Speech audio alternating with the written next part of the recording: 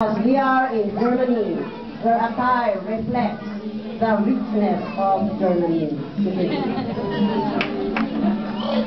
And the young ladies coming from Kalinga, the descendants of the tall, dark, and handsome Kalinga, and the pretty ladies. And you will see that with their attire is highly beautiful.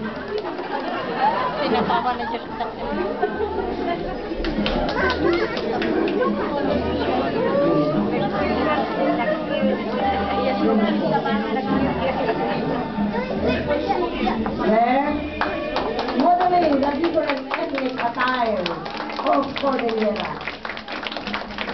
In Cordillera, you can just it's situated at the top of the mountain. So you can just whisper